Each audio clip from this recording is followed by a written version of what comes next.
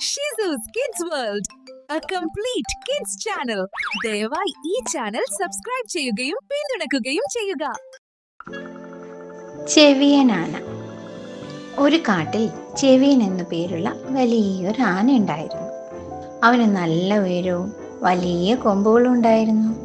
താൻ കാട്ടിലെ ഏറ്റവും വലിയ മൃഗമായതുകൊണ്ട് ചെവിയന് വലിയ അഹങ്കാരമായിരുന്നു. കാട്ടിലെ മറ്റു മൃഗങ്ങളെ ആരെയും അവൻ ഗൗനിച്ചിരുന്നില്ല. ചെറിയ മൃഗങ്ങളെ അവൻ കാലുകൊണ്ട് ചവിട്ടി മാറ്റുകയും അവരെ പരിഹസിക്കുകയും ചെയ്യുമായിരുന്നു. ഒരു ദിവസം ചെവിയനാന ഒരു പുഴയുടെ അടുത്തുകൂടി നടന്നു പോകുമ്പോൾ ഒരു ചെറിയ ഉറുമ്പ് കൂട്ടത്തെ കണ്ടു. നിങ്ങളൊക്കെ എന്തിനാണ് ഈ ലോകത്ത് ജീവിക്കുന്നത്?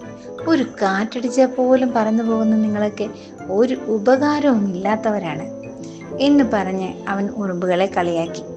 ഉറുമ്പുകൾ അവനോട് ദേഷ്യപ്പെട്ടെങ്കിലും ഒന്നും പറയാതെ മിണ്ടാതിരുന്നു. യാത്ര തുടർന്ന് ചെവിയൻ ആന ഒരു വലിയ മരത്തിന് ചുവട്ടിൽ വിശ്രമിക്കാൻ തീരുമാനിച്ചു. അപ്പോഴാണ് അവനെ പാഠ പഠിപ്പിക്കാൻ ഉറുമ്പുകൾ തീരുമാനിച്ചത്. അവർ പതിയെ ചെവിയനാനയുടെ തുമ്പിക്കൈയിലൂടെ അകത്ത് കയറി. ഉറുമ്പുകൾ തുമ്പിക്കൈക്കുള്ളിൽ കയറിയപ്പോൾ ചെവിയനാനയ്ക്ക് സഹിക്കാൻ പറ്റാത്ത വേദന അനുഭവപ്പെട്ടു. അവൻ നിലവിളിച്ചുകൊണ്ട് തുമ്പിക്കൈ തറയിലിട്ടടിച്ച് വേദന മാറ്റാൻ ശ്രമിച്ചു. പക്ഷേ വേദന കൂടി വന്നു. അവൻ വേദന കൊണ്ട് നിലവിളിച്ചപ്പോൾ ഉറുമ്പുകൾ തുമ്പിക്കൈയിൽ നിന്ന് പുറത്തേക്ക് വന്നു. ചെവിയനാന ഉറുമ്പുകളോട് ക്ഷമ ചോദിച്ചു. നിങ്ങൾ വളരെ ചെറിയവരാണെങ്കിലും എന്നേക്കാൾ ശക്തരാണ്.